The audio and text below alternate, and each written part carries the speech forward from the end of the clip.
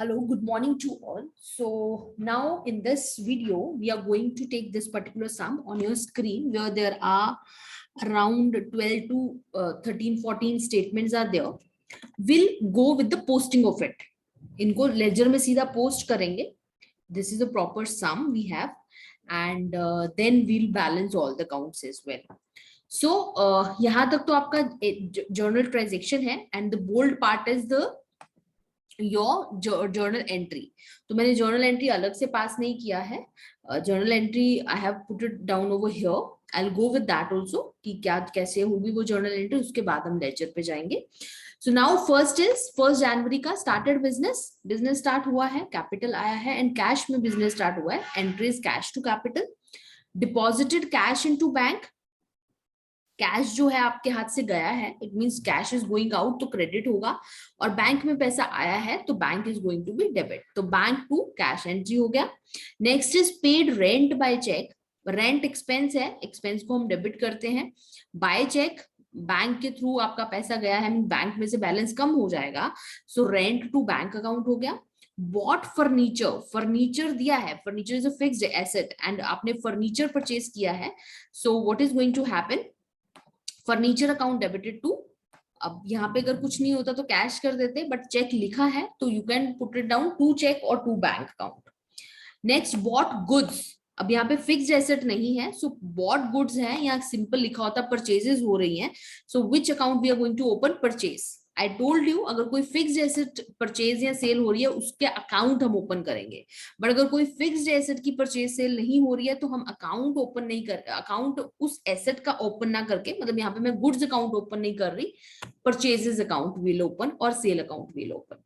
यहाँ पे कैश भी नहीं लिखा बट पर्सन का नाम मेंशन है. ये भी मैं बता चुकी हूँ कि अगर पर्सन का नाम इन्वॉल्व है in transaction of purchase and sale और sale, so you will open that person's account. So purchase to Khan account हो गया. Similarly आपका ये हो गया bought goods from Kumar by check. अब बाय चेक गिवन है तो ना तो कुमार का अकाउंट ओपन होगा, सॉरी यहाँ पे खान लिखा हुआ है, ना तो कुमार का अकाउंट ओपन होगा, ना ही कैश का अकाउंट ओपन होगा. अकाउंट ओपन होगा बैंक का और other side purchase. So purchase to bank account हो गया. Then there is bought goods for cash 30,000. So there is a cash given and purchase given, so purchase to cash 30,000. Cash sales है very simple, cash account to sales हो गया 10,000. Sold goods on credit to Johnson 20,000. Johnson का नाम given है और cash नहीं, obviously यहाँ पे बताया गया है कि क्रेडिट पे हुआ है तो इस पर्सन का नाम आ जाएगा. जॉनसन का अकाउंट ओपन हो जाएगा. जॉनसन टू सेल्स हो गया 20,000 का. Bought stationery for cash, stationery to cash हो गया.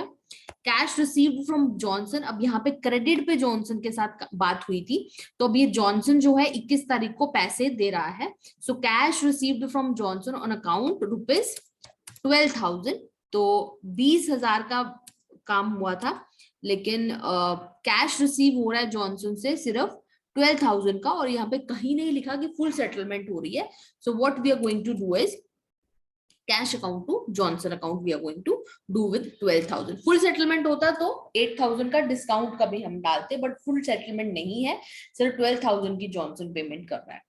Next is paid mister Khan 20,000 on account. तो खान का एक बार देख लेते हैं. खान को भी 50 देने थे बट आपने 20 दिए हैं खान को, तो अगेन अकाउंट जो है खान का भी बंद नहीं होगा. 20,000 की एंट्री कर देंगे. आप पेमेंट कर रहे हो तो cash is going out, so this is going to be Khan account to cash. Then paid wages, कुछ भी गिवन नहीं है. Very important, our assumption is we are going to open cash account, so entries wages account debited to cash. Last second is deposited 5,000 into bank, again the same one. अगर यहाँ पे भी हमने यही सेम किया था, deposit cash into bank, the entry was bank to cash. Again here is going to be bank to cash.